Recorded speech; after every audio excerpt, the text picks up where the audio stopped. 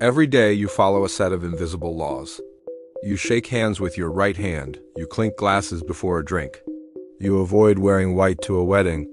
But these aren't just manners. They are survival tactics. That handshake?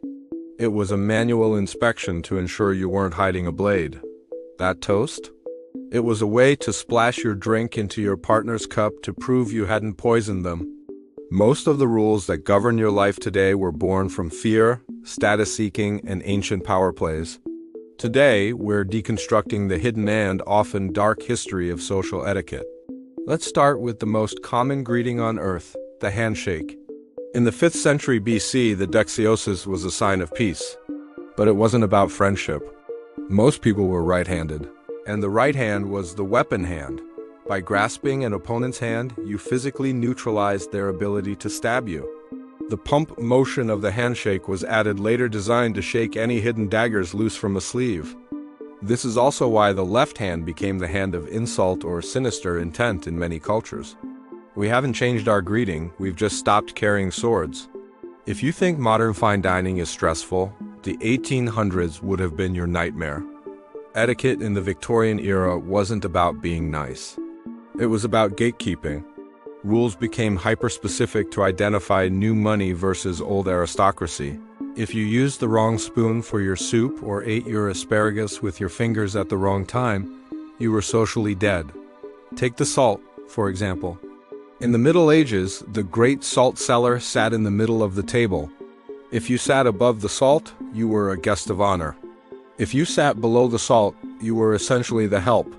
We still use this hierarchy today in corporate boardrooms and wedding seating charts. Why do we clink glasses and say, cheers? In the 17th century, poisoning your rivals was a common political strategy. The clink had a functional purpose. By slamming metal or glass cups together with force, liquid would slosh from one cup into the other. If I poisoned your drink and we clinked hard, I'd end up drinking my own poison. If you refused to clink, that was basically a confession. Finally, the rule every bride knows: you wear white. Most people think white symbolizes purity. History says otherwise.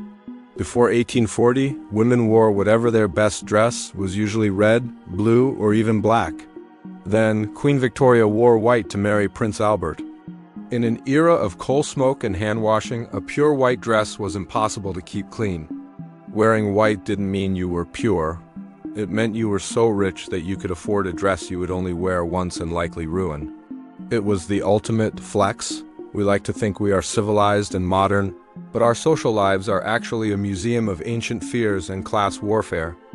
Every time you say bless you or excuse me, you are channeling a ghost from 1,000 years ago. If you want to see the world through a different lens and uncover the bizarre origins of why we act the way we do, you're in the right place. Hit that subscribe button and turn on notifications. We drop a new deep dive into the hidden history of humanity every week. Don't just follow the rules, understand where they came from.